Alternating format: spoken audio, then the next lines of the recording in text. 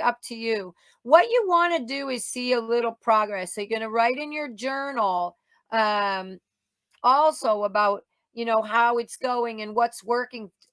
Exactly like this might not work for you. It might not benefit you. Write down the ones that work and that feel good and how you do them, and then adjust it or look up a different way to stretch those certain muscles if these don't work for you. These are fairly easy. You don't need equipment. I use a yoga mat because I think when you're lying on your back it's better. If you're at the barn, lying on the rubber mats isn't so bad. But you don't need equipment. It's just very easy, and you can kind of move through them slowly. Do what works for you. Look up things if these don't work. And breathing. Here we're talking about breathing. Really think about breathing. And then we get now into the fitness for the rider. One of the things that we talked about in the past is that idea that when we get on the horse, we're asking our bodies to do things that maybe we're not doing in the other times during the day. And then it can be uncomfortable, and we can already be a little bit uncomfortable just sitting on the horse. So we want to practice our posture and thinking more during the day about how we are using our body, right and left, that we start to be a little bit more using our less dominant hand. And then also noticing, are we dropping one shoulder when we're walking around or we're sitting at the desk, and when we're driving, things like that. Andrea was really good to talk about, when she's driving and how she holds the steering wheel and keeping her shoulders straight and trying not to drop into that one hip with her foot on the gas pedal and things like that. Very important. And then we'll go through the breathing and things like that.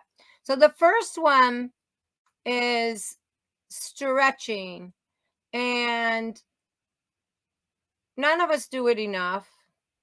I don't do it enough, but I really do think that it's super important. And the more we can spend a little time with our bodies in a relaxed way, stretching every day, I think our riding will really improve. I don't know why, but we got into that also, the idea of doing things when you're waiting. Like if you're waiting for the coffee, that you could do your quad stretches or, some things like that.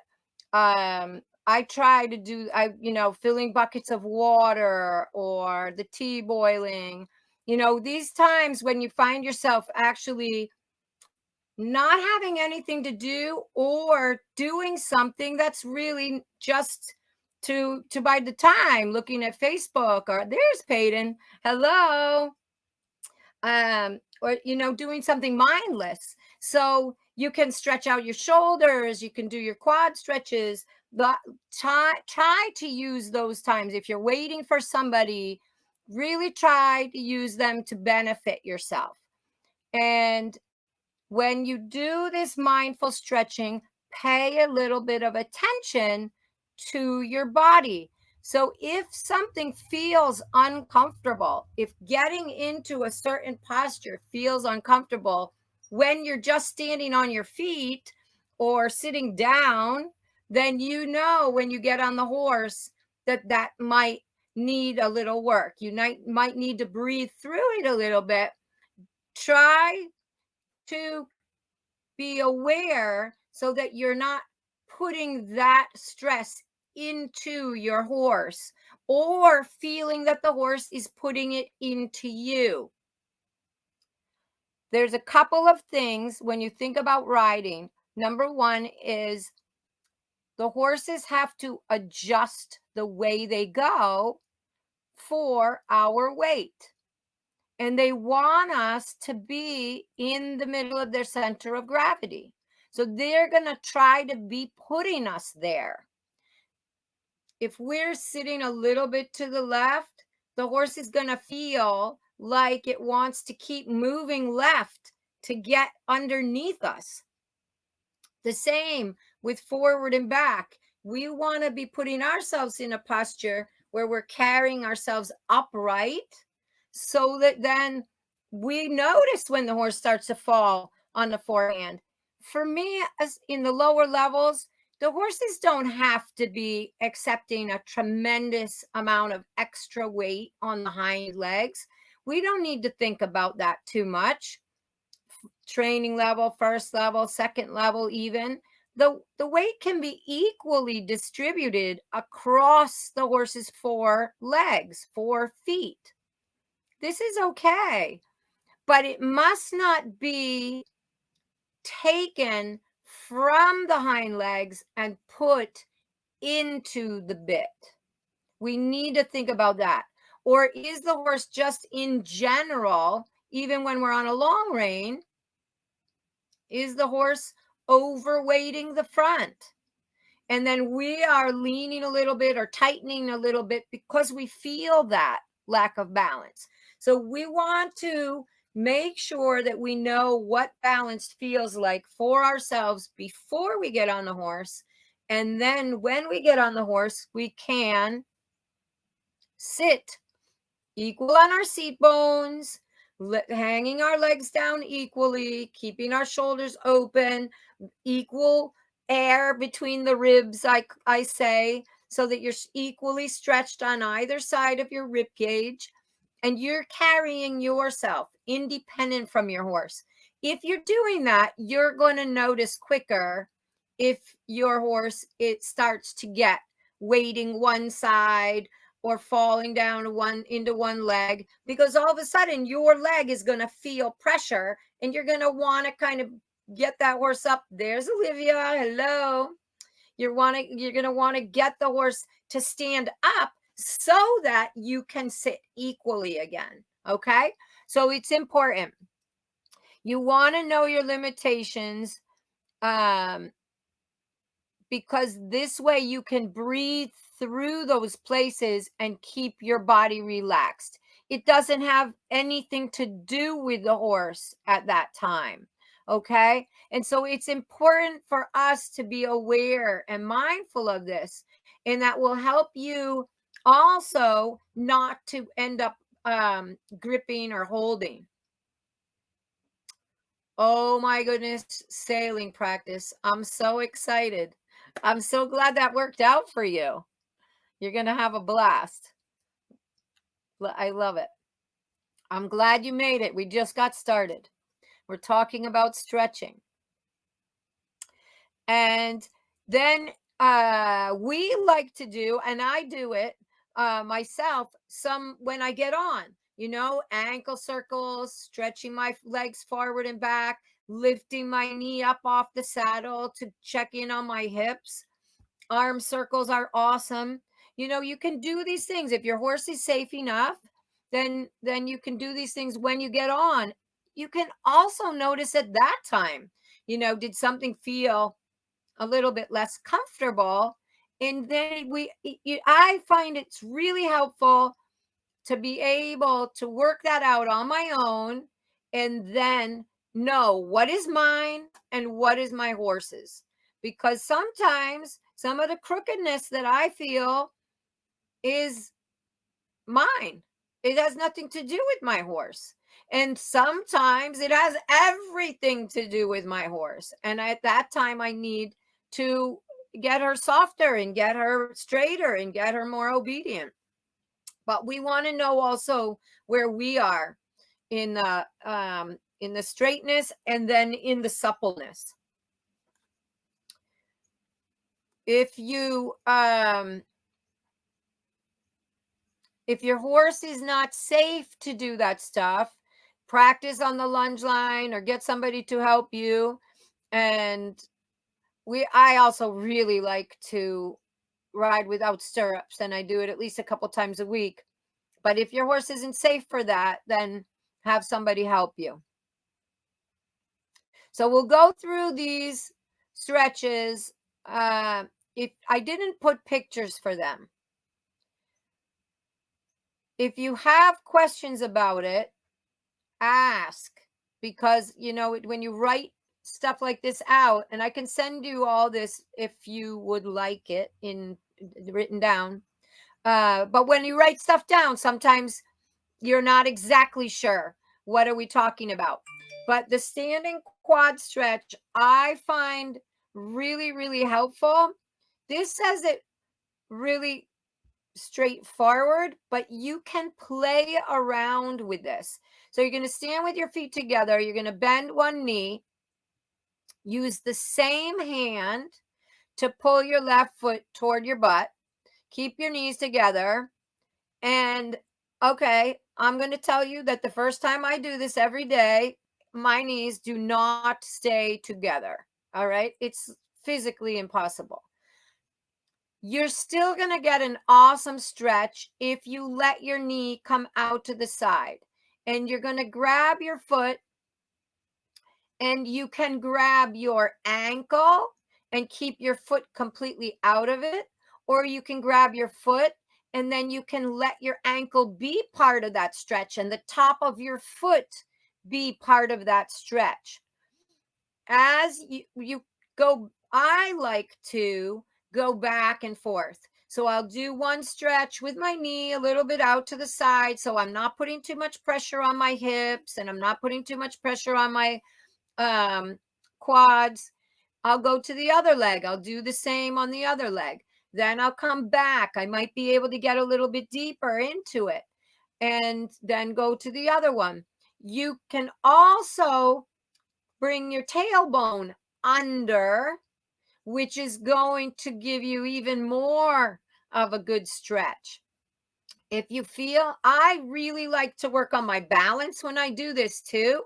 So I thoughtfully balance myself into the foot that's on the ground. And then I'll put my hand down next to my hip, the one that's going to stay on the ground, and stretch my fingers down to the ground. So then I'm really grounded on that side, and I feel like I stay upright on that side, and then I stretch the other side. It's not how far you go, it's how you do it. And this is so important in everything that we do, but especially when we're stretching. The easy part of your body is going to give in, right? So whatever is the loosest, whatever is being stretched out more of the time, that part of your body is going to say, yeah, here, let me give you that. And then the other part is going to stay stiff. And so if you're really trying to get as hard as you can into the best straight knee on the ground, facing the ground, kind of, something is going to give. You're going to arch your back, you're going to roll your shoulders, you're going to twank on your ankle there. So it's how we do it.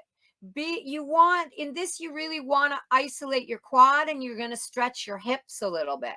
So if your knee is a little bit out to the side, but you feel a really good quad stretch, do that. That's better. And then do it a little bit every day, and you'll find that you'll get closer and closer, and your knees will be able to be together. But you never want to hurt your knees either. So, and then you hold it for as long as you can. I love to do the balance together with this. So I like to be able to ground myself, hold myself in it, breathe through it. And then I might even, tilt my pelvis a little bit, and then let it go straighter, and then bring it under and get those stretches. That brings a lot of awareness to my hips, and also what time of the day it's going to be. If you've already been working out a little bit, working around, walking around, it's going to feel easier. If it's first thing in the morning, it's going to feel a little bit more difficult. So I love that one for riding. And then this one will also stretch your glutes and then your lower back. Our lower backs are so important. So you're going to lie on your back and pull your knees to your chest. Now, if you have lower back pain or issues, the better way to start this is actually lie on your back and then bring your knees to the side and then bring them toward you and then roll yourself up. That'll be easier on your lower back than just all of a sudden bringing your knees to your chest. But you do what is the safest for you. And then you want to think about keeping your lower back on the floor, your whole back on the floor.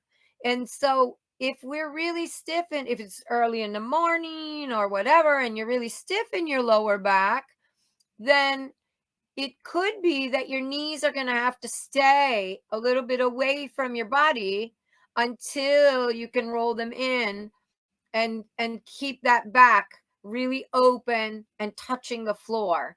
It's important to take good care of your back. Your back is everything, and in riding it's really, really important.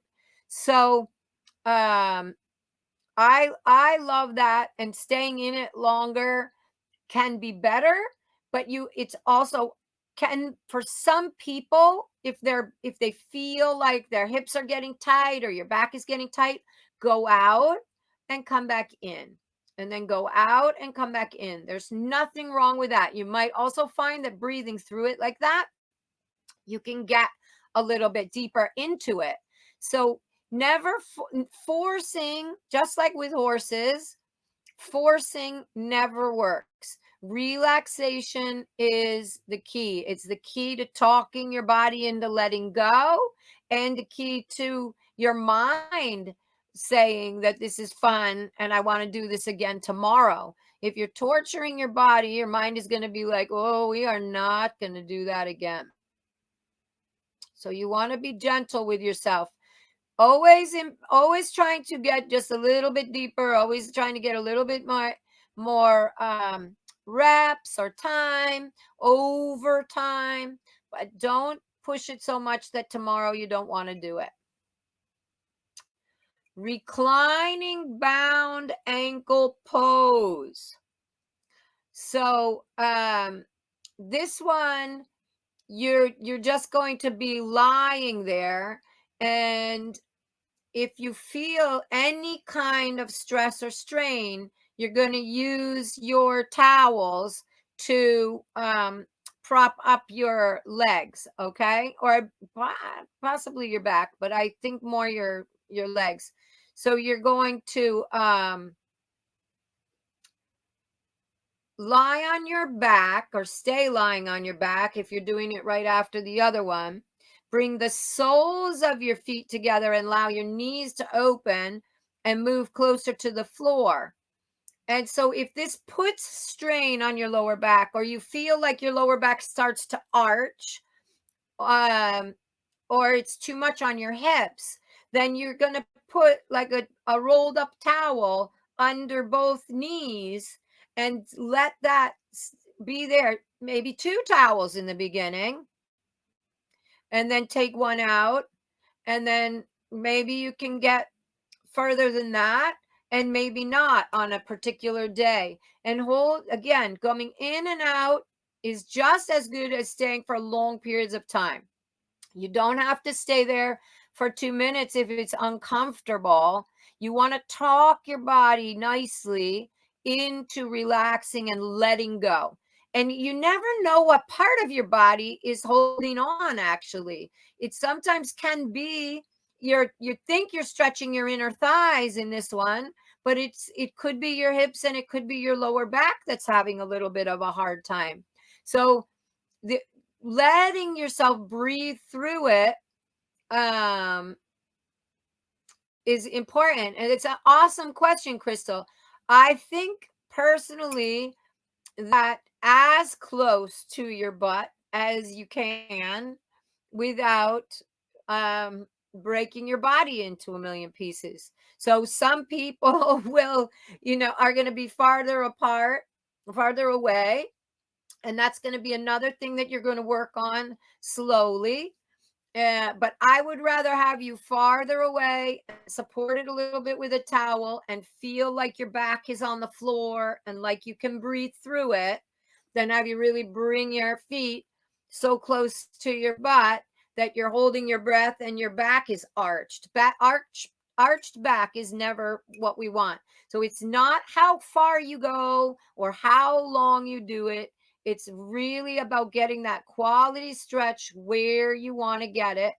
And in this particular case, you're getting those inner thighs, which is awesome for the riding because, of course, when you're sitting on the horse, if your thighs are already really tight, then that's going to be hard for you to relax.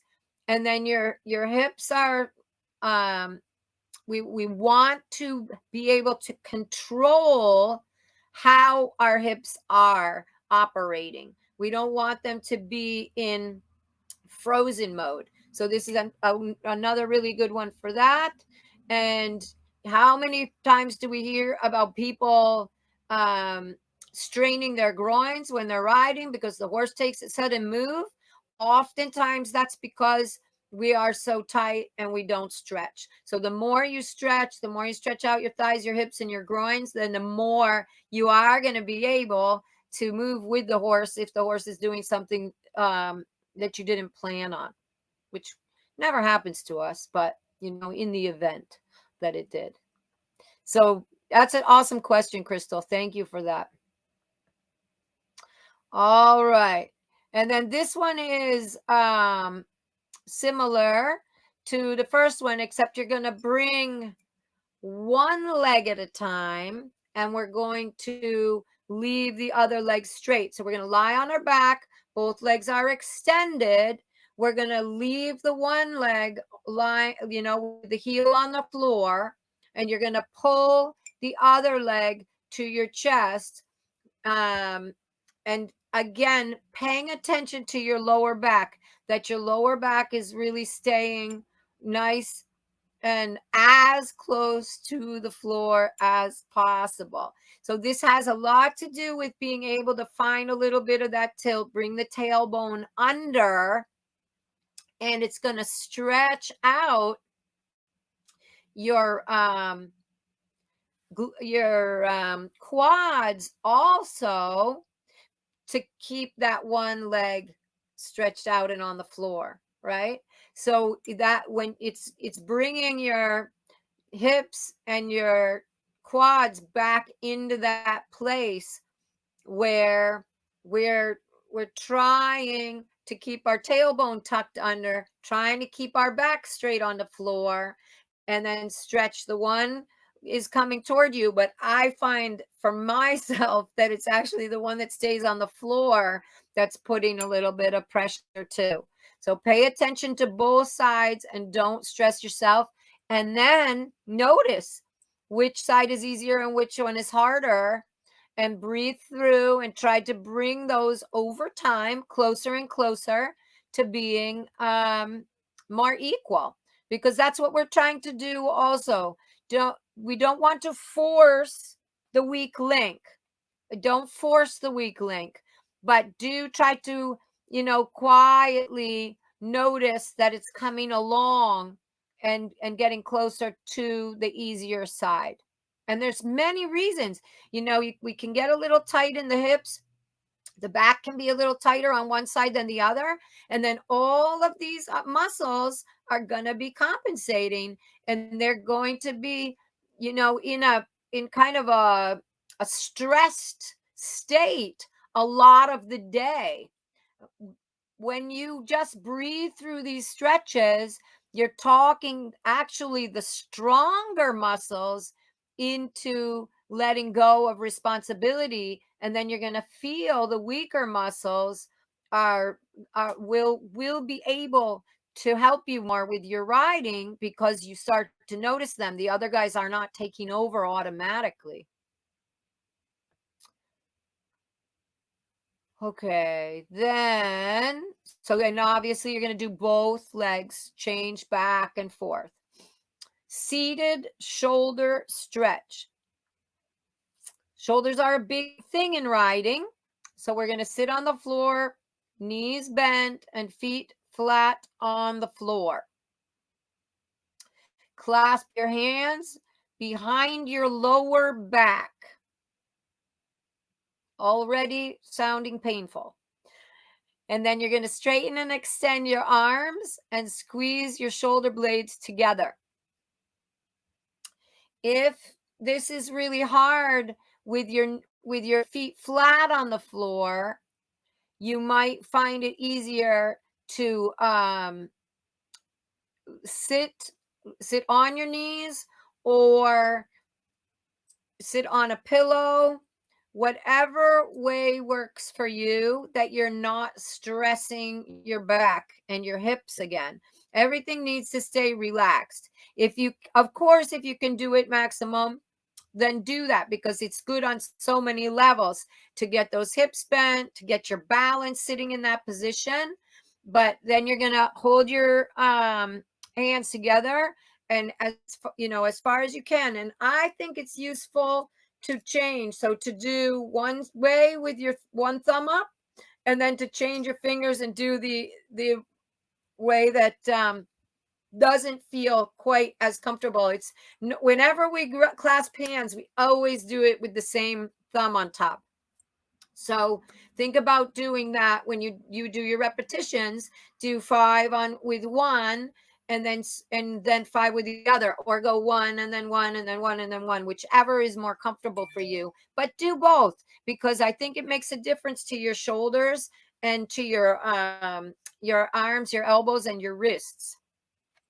And we're all about trying to not have a dominant hand. Does anybody have any questions about that one? So then the standing hamstring stretch is, the normal, what we would do. Stand with your feet hip width apart, knees slightly bent, arms by your sides. Exhale as you bend forward at the hips, lowering your head toward the floor while keeping your head, neck, and shoulders relaxed. So one thing that I do before doing this one is I would stand by a table or a countertop, and I would put my hands, I probably stand a little bit more than arm length away, and I'll put my hands on that countertop, and then I'm going to bring my back into that parallel line with my arms. And you're going to put your feet wherever it feels comfortable. So can be farther away when we're a little bit more stiff, and then you're going to get them a little closer when you start to feel better. But what you want to feel is those shoulder blades starting to get nice and flat on your back. And then while you're in that place, just stretch your shoulder blades forward and backward. And that brings a lot of awareness to the muscles around your shoulders, and the fact that your shoulder blades are not attached to your back, which is really important when we're riding, that we don't get those shoulders rolled and then our back and our rib cage and our shoulder blades all do the same thing. We actually want just a little bit of motion there. And I find if I put my hands on the table and I stretch down and start thinking a little bit about my lower back and my shoulder blades before I do this exercise, my body, my hamstrings, everything is a little bit more willing to give in to just stretching down. And you really want to breathe through this one. And again, pay attention to your lower back. Don't go so far that you start to feel like your lower back is taxed, or A little bend in the knee, I think, is good. And then I personally run into my hamstrings pretty quickly.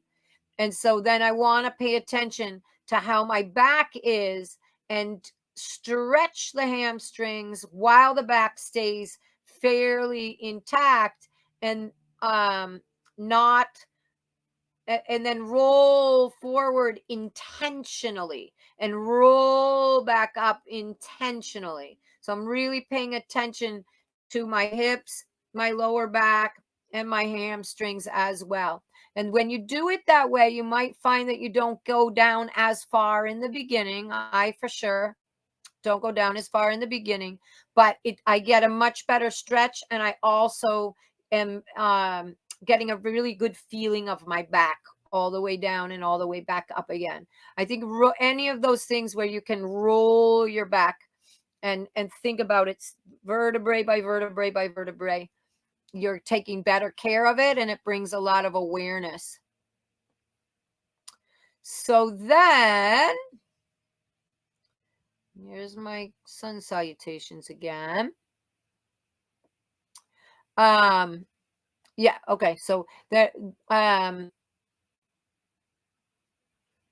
bend your knees and roll up when you're done.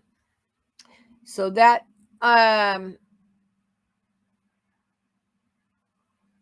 again, the time is what's right for you. If it's better for you to get in and breathe in there and get back out, is it better to stay for 45 seconds to 2 minutes? This is totally up to you. What you want to do is see a little progress. So you're going to write in your journal also about, how it's going and what's working. Exactly like this might not work for you. It might not benefit you. Write down the ones that work and that feel good and how you do them, and then adjust it or look up a different way to stretch those certain muscles if these don't work for you. These are fairly easy. You don't need equipment. I use a yoga mat because I think when you're lying on your back it's better. If you're at the barn, lying on the rubber mats isn't so bad. But you don't need equipment. It's just very easy, and you can kind of move through them slowly. Do what works for you. Look up things if these don't work. And breathing. Here we're talking about breathing. Really think about breathing. Muscles don't stretch when you're tense. So really pay attention to not over pushing yourself or staying too long. Notice what parts of your body are benefiting and what ones, might need you to go a little bit more gentle if you're overdoing it. So then you guys know I love the sun salutations. I start every day with my sun salutations. And I think that if you don't want to do some of these other things, these kind of cover a lot of things for riding in a really quick way. And you can do it fast or slow, totally up to you. I usually spend a lot of time in it, but sometimes if I want to be a little bit more like fitness oriented, I might jump through it faster. It's a really good read on your body and a good meditation too. If you don't have time to do your, this and your meditation, you can sometimes put it together, put some nice music on and think about your breathing through each one. So you're going to start in your prayer position and then bring the hands up and back. And I like to pay attention to the ceiling when I'm going back, so that each time I do it, I look to go just a little bit further back. And then I'm going to bring my arms all the way in front and forward. Mine definitely doesn't look like that. In order for my hands to touch the ground, my knees are bent, But each time I do get a little closer. And then when you are putting your left leg back, you've got a little bit of weight in your hands while you do that. Okay. But then what I want you to think about in that left leg lunge, or eventually in the right side one, what if I had less weight in my hands and I just allowed my legs and my center of gravity to let my legs stretch, to let my hips stretch, and not have all that in my shoulders. And it's another time just to pay attention to your body, what's trying to do all the work, and not letting the other parts of your body open up and take over a little bit. And so in riding, oftentimes our hands, our shoulders are taking over. This is my job. So in the sun salutations, that's a time for you to tell your body, no, no, this is my legs need to do this. My center needs to keep the balance. I don't need to have all that weight in my hands. So lighten your hands. Give yourself a little time. Take an extra breath and see about lightening your hands and how that feels there.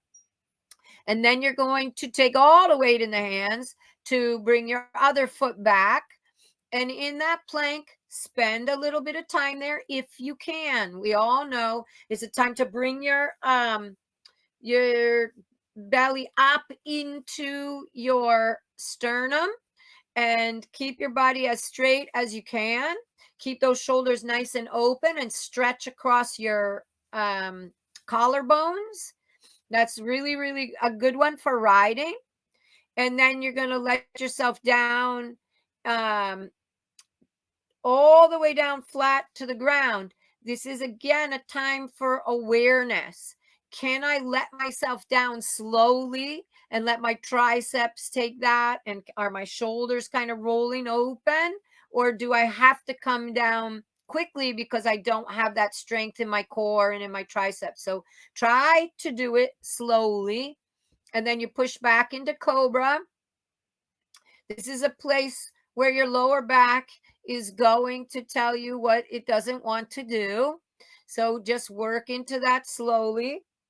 And when you push back into the downward dog, mine does not look like that. Don't feel bad. Just do the best you can. And what I find myself doing is opening my feet a little bit further back. And then I also will go heel to heel, because what do we really need to do? Riders need to stretch their calves out a little bit. And my lower back and my calves prevent me from looking like this nice lady here. So what I want to do is get into those calves a little bit and relax my lower back so that it can let me get some kind of stretch. So I will need one heel down and then the other and then the other and the other. And I do 10 or more of these a day. So by the end, I might get closer to the place where I really want to be. But I'll start by just going with one heel and then the other and then the other to get those calves tucked into opening up. And then you're going to bring the other leg forward and spend a second in there. Breathe through it. Let yourself take the weight off your hands. And then you bring your leg forward and you do your forward fold. And then you bring your arms all the way to the front, up and back, and then back into your gratitude. And I repeat it a bunch of times. One practice that I have so that I can do a meditation while I do it is you can do it with coins, or I have shells, and I'll put a pile of shells on the floor. And then each time when I'm in my first lunge, I'll put one shell out into the line. And that way I don't have to think in my mind about counting how many I'm doing. I just go until I use up all my shells, and then I know I did how many I want. And that way my mind can be clear, I can be breathing, and I can be a little bit more, use it as a moving meditation and not have to be really thinking about how many am I doing, and did I lose count, and did I do enough, and this kind of thing. So that's something that's fun. One way that I think is a little bit different. You put music on, and see, thoughts are going to come in, the day's going to come in, but you can just chase it out a little bit and use it as a centering practice. Okay. Walking. Walking is great for your cardiovascular health and for all of your muscles, all your muscles. We use a lot of muscles when we're walking. So you can create stretch as well as strength when you apply yourself to walking. It's also great for the mind, another moving meditation. So when you're walking and you're clearing, you practice, clearing, you notice the thoughts coming in, you let them go back out again. It's a really great practice for riding, because we need to be present with the horses. We don't want to be letting ourselves think about stuff that's going on in work or whatever. We really want, the horses are present in the moment, and we need to be present with them in that same moment. That a lot of people will tell you, I didn't, it just came out of nowhere. I don't understand why he's spooking. And that's because their head is somewhere off at work, or worried about a relationship problem, or what they're doing with schoolwork or whatever. And the horse is here in this moment, and there something happens, and all of a sudden the horse is spooking. So when we practice during the day, other things that bring us into the present moment, it's not going to feel as awkward when we're riding. And walking is a super time for that. You want to work on your breathing. You want to breathe down into your core and also think about the exhaling. And another thing to do just for entertainment purposes is reverse breathing, where when you're breathing in, you're actually pulling your belly in, and when you're breathing out, you're pushing your belly out. And it's just another meditative practice, another awareness, and it can be very helpful if you practice it, to do it at horse shows or stressful times, because it can help you focus on your breath. But also people that are prone to getting cramps because they get tensed up and stop breathing, if you practice reverse breathing, and then when you get into that stressful situation, do your reverse breathing, you will find that it really helps with any kind of tension or cramping or anxious feelings. So I think that when you're walking, when you're doing your stretching, when you're doing your sun salutations, having that awareness on your breath is going to help you to have that meditative mind. And your meditative mind is going to be reminding you about who you are, and where you are, and what's going on with you. And getting comfortable with that is going to make you notice it more when you're out in a stressful situation, or doing something, riding in a horse show, or even taking a test at school, or an important meeting. You're going to notice sooner that you're getting away from yourself, that you're feeling like you're not grounded, like you're not really connected to your body. And that for me, it makes you forget what the conversations are about. You're not able to focus on what's important to you in that moment. You start thinking about things that are not healthy. What does this person think of me? Am I doing this right? These kind of things that are not healthy for us to be thinking about. We need to be all the time acting from our true self, from that grounded place. And if we know what that is because we practice it other times of the day, it's going to feel, you're going to catch it much sooner. It's just like when you're riding your horse, right? And your horse is a little bit against the leg and falling um, to the right. In the beginning, we're not aware of that. And then when we do start to find out, the horse is very much settled into that way of carrying itself. So to correct it is a lot of effort. But slowly we get a little bit more organized, that that here I am, and I notice that my horse is getting out of balance. And so I correct it quicker. The effort that it takes to correct it is much less because we haven't let it get so far away. And it's going to be the same with your awareness and with you're staying inside of your own identity and knowing your intentions. The closer you keep it to yourself, the more you practice it, the easier it is to maintain. And you're not going to have to get all the way out where you're like, I cannot believe I said that to that person, or I can't believe I let them talk me into doing that, or whatever it is. Because you're going to know who you are and what your boundaries are and what's important to you in every situation, because you're bringing yourself constantly back to yourself.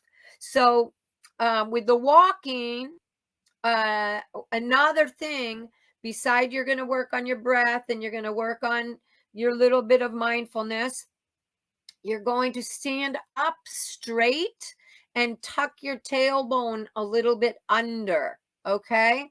And both sides of your body need to work equally. Notice that. Do I put my feet down, heel to toe, equal in the ball of my foot, or am I rolling onto the outside or the inside of my foot? Are my toes tight? Things like that. You want to pick your shoulders up, roll them back, let them fall down. So you're not holding your shoulders tensely, but you're just putting them into that place. Bring your belly button up. And then you in the list, it's use your legs the same. Be sure to take the same size step, the same tempo, and push off equally with both legs. Now, this sounds like it's really easy and it should be natural, but that's not what we do. And what are we asking our horses to do? Do we want them to go short, long? Do we want them to be pushing off harder with one hind leg than the other? Of course we don't. But if we are doing it, then we are not in balance ourselves. And so we aren't even going to notice if our horses are doing it.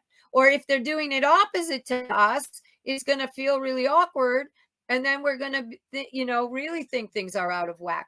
So just try to be aware of these things in ourselves. And then be careful about your shoes. Make sure that you have shoes that aren't rolling your knees or your ankles. And so you might want to even try these barefoot shoes or something like that, that really gets you, working through your feet nicely. So, and then let your arms sway naturally. Make sure they sway evenly. This is another indication what our shoulders are doing. And I think that if you really have one shoulder that's loose and the other one that's tight, think about it. It could also come in the hips. Think about doing the loose shoulder a little less, bringing that even flow, and then growing the one that's smaller rather than letting it be uneven. I think that we're perpetuating things then. The other thing that can be useful is to carry small weights in your hands. And when we're riding, you want the muscles in your hands to be relaxed, not tensed around the reins, but you want to be holding the reins. So Sally Swift talks about holding baby birds in her hands. So you don't want to squash or kill those baby birds, but you also don't want to drop them to the floor. And that's how your hands should be on your horse's mouth. So when you're walking, it's another time we could practice that, where we could hold small weights or, anything that kind of helps your shoulders to fall down. But then you have to focus on holding without your hands getting tense. And it's an interesting thing if these thoughts are going through your mind that we're slowly trying to kick out, what happens to your body with those thoughts? When we're mindful and we're walking and we're breathing and we're thinking about our breathing, it's probably easy to keep those shoulders open and those hands relaxed. And then if we start letting our mind ramp up, and it's not bad to have thoughts, it's impossible not to have thoughts, but you want to try to not let it get off on that tangent, right? You're going to bring it back and tell yourself it's not really important to deal with that right now. We're going to deal with that later. And you're going to bring yourself back. What happened to your hands while you were thinking about that thing? Because that's another interesting thing. We have our bodies do things sometimes without permission, and they get tensed when we don't ask them to. So just another thing, when you're walking, there's so many things that you can accomplish with this simple exercise. And then you want to relax your hands and shoulders and smile. And we all know that smiling makes a big difference. So very quickly,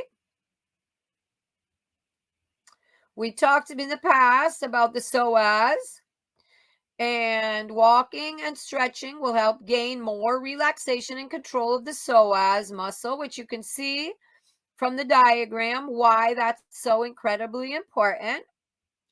And the psoas muscle is also a little bit attached to our flight or freeze mechanism. So gaining awareness and control and relaxation of the psoas so that we can be aware of what it's doing and thinking is going to help us with our riding a lot. Because what happens oftentimes, and Crystal and I were talking about that today, is that that fetal position, right? Where we grip everything in when we get scared or tensed or threatened.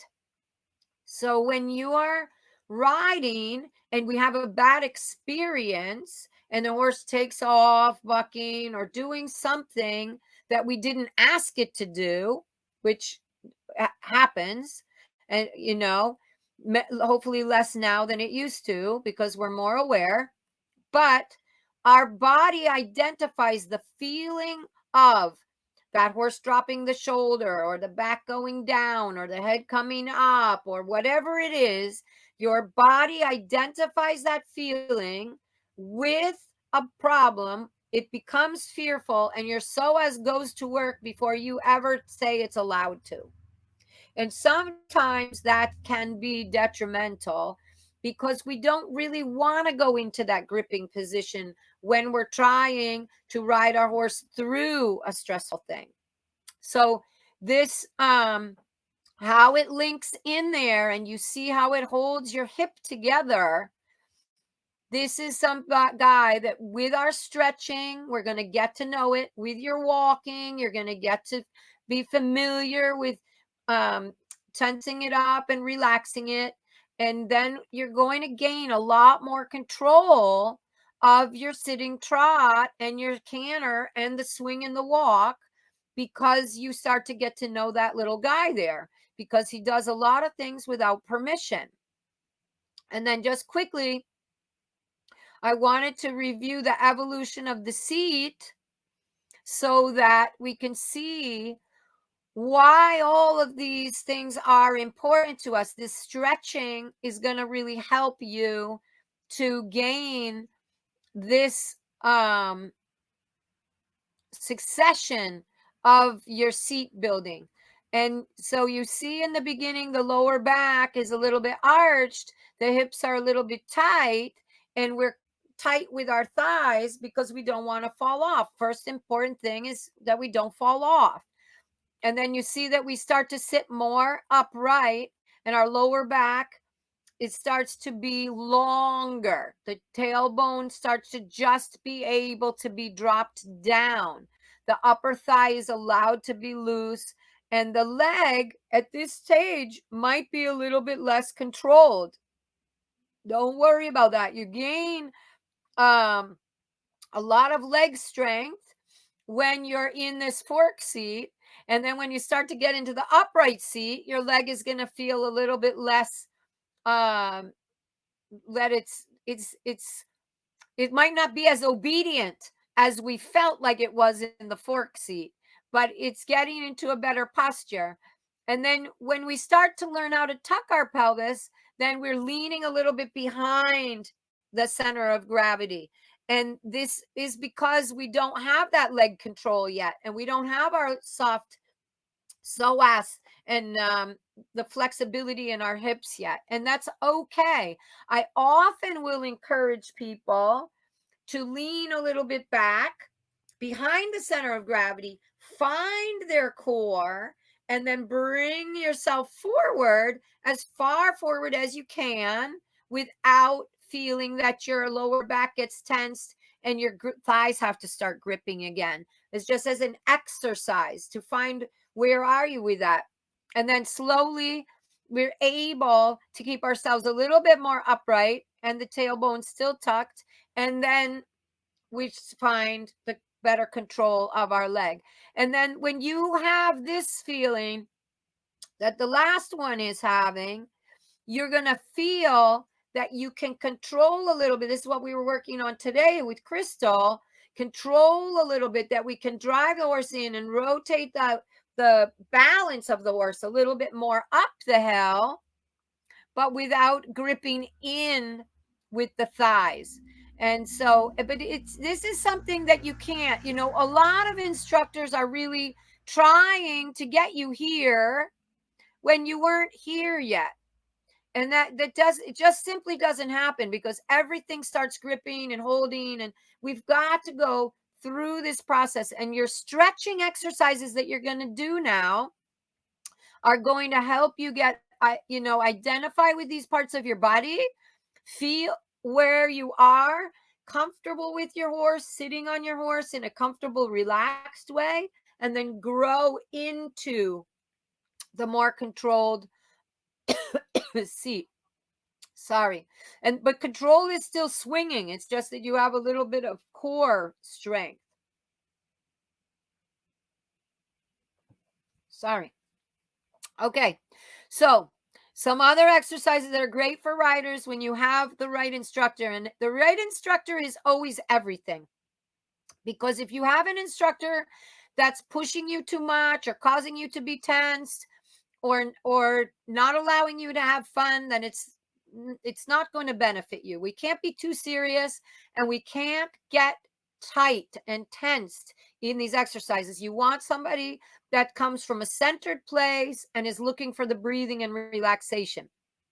Pilates is great, Tai Chi, or any martial art really that brings you into your center. Yoga, exercise machines that they have at the gym that target specific muscles. If you have somebody that can teach you how to use those really well, they are great. Using an exercise ball, sitting for your balance and finding your core. I think this is super helpful. Juggling, which I still can't do well, but I really do. I love the hand-eye coordination and the way that you got to think about your non-dominant side. When we can identify the circle of energy that is within us,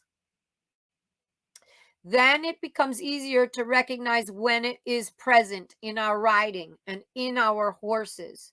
So when the horse is honestly through the hind legs, moves through the bit, and then the bit moves through the body of the horse, there's no dead ends. So we're not blocking the horse in the front and dead ending the energy. And we're not dead ending the energy by driving with our seat or stiffening with our seat or closing the horse up with our thighs. That energy is moving through the whole horse. And when we start to realize that through these exercises, that our body also has energy flowing through it all the time. We have joints, we have ankles and knees and hips and vertebrae and shoulders and wrists and elbows. This, when we find those joints, and then we find what needs to be strong and what needs to be flowing, then that's going to help us to identify those things in the horse and find where sometimes we're blocking our horses and then creating imbalances. So, does anybody have any questions? And sailing is the same. Energy going around the circle. You're going to find it's that playing with the wind is just like playing with the riding. Go, Crystal. The shoulder one, the sitting shoulder Yes. stretch. You have your hands behind your back. Yes. And then you put them straight out to your sides. No, hold your hands together and just lift them up the back. Oh, okay. I thought they were taking them out and stretching them. No. So you clasp your hands together behind you, and that's why you're gonna go one time with one thumb on top and then one time with the other thumb on top. And then just lift them as high up in your back as you can. Okay. And without distorting the rest of your body. But that will help you because you've been really working on that, standing up tall, tucking your tailbone a little bit when you're walking, bringing your sternum in and opening up here. That'll really help you. You can even do it on the move. Actually, you don't need to be sitting down. Okay. You can walk down the barn aisle. The problem with us is we're always carrying something down the barn aisle. But if you weren't, you could use that. So go out this week, experiment with some of the stretches, write about it in your journal, and let me know how it goes. Oh, yay! There's our newly married Yvonne. So fun. Congratulations. It's so exciting to see the pictures. Looks absolutely amazing. I'm glad it went so great for you. I'm glad you're here. I didn't look after a little while. Who else is here that I don't know about? Peyton, Yvonne. I can't see any deeper than that. Brenda managed to stay on the whole time. Yay. Yeah, so Peyton now has a new, not only to make Tino fit, but to get your body ready and stretched out because Peyton qualified for regional. So how exciting.